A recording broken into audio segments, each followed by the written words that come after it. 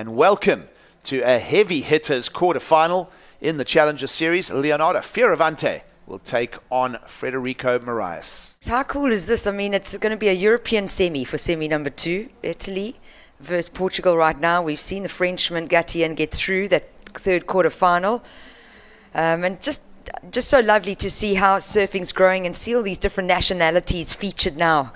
The Brazilians are always strong, the Australians are always strong, the Americans and Hawaiians, but now we're seeing Europe coming through, and it's lovely to see. He doesn't let anything go, and he's pushed through those heavy heats.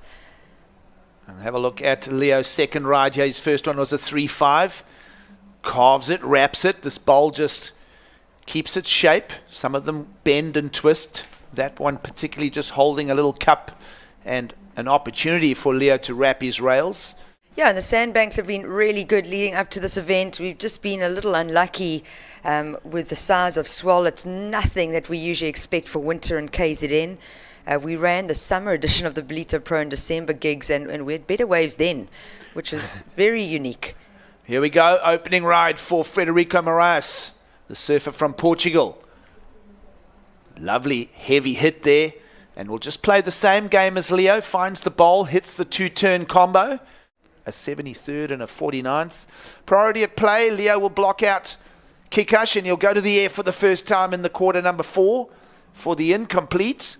There's plenty of wind and plenty of power now. There are bowls roaming around looking for one of those bigger sets. He's going to turn and pull the trigger on this. Here comes the second counting ride.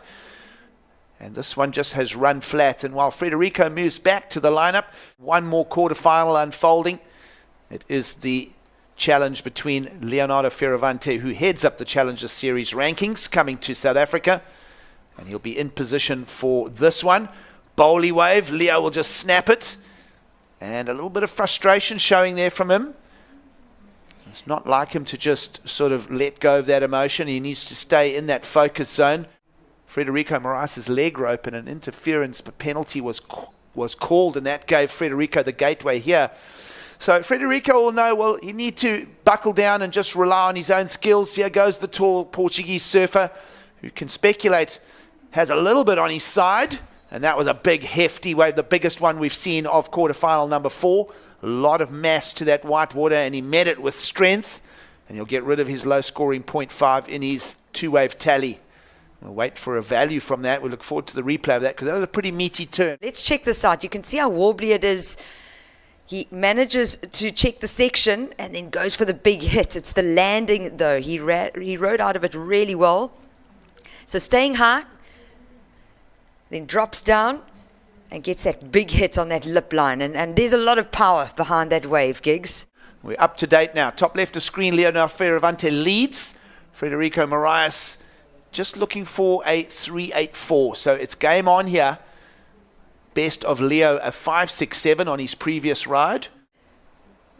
Oh, big chunky section. Nice takeoff there. Strong first turn. Almost loses it. Reacts really well. So 2-turn combo for the Italian. Wow. This is power right here. Yeah. Absolutely nails it, Tash. How about that turn? Edgy. Yeah, edgy and also great equipment underneath his feet. A flat 8 from the panel. One judge went 7-8. One of them went 8-5, so that's a big number. And, well, it's in at an 8-pointer. And now Frederico Morais must answer. Beautiful wrapping turn. Arcs that. But he's got to go more than that now because his requirement will climb to a 7-3-5. And, well, game on with a little over 12 minutes to go in quarterfinal number 4. Well, a 2.5 comes in for Leo Fioravanti, so no change to the requirement.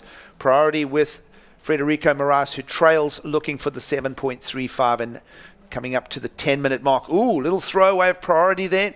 Let's see if that factors in. Every now and then, so they're there. They are in the same zone. So somehow Frederico's got priority back. So obviously everybody pulling the trigger here. He has an attempt to up the numbers. Frederico to the air. And what? That is not something you see every day. There'll be a big grin on that polished smile of Frederico. The best set of teeth I've seen in the lineup in ages. He's got one of those big grins and he'll be absolutely smirking with that one. Big rotation, gets the air. We're not sure how high that number will go, but we'll remind you of the requirement of a 7.35. Yeah, pretty spicy, really quick as well. Just watch how quickly he rotates his board. So he sets up, loads of speed, finds the ramp, gets the quick rotation. Also, that elevation of his tail and the landing was so clean. Gigs. A little shrug as well. Let's have a look at it as well. We're going to just focus in and slow it right down for the height.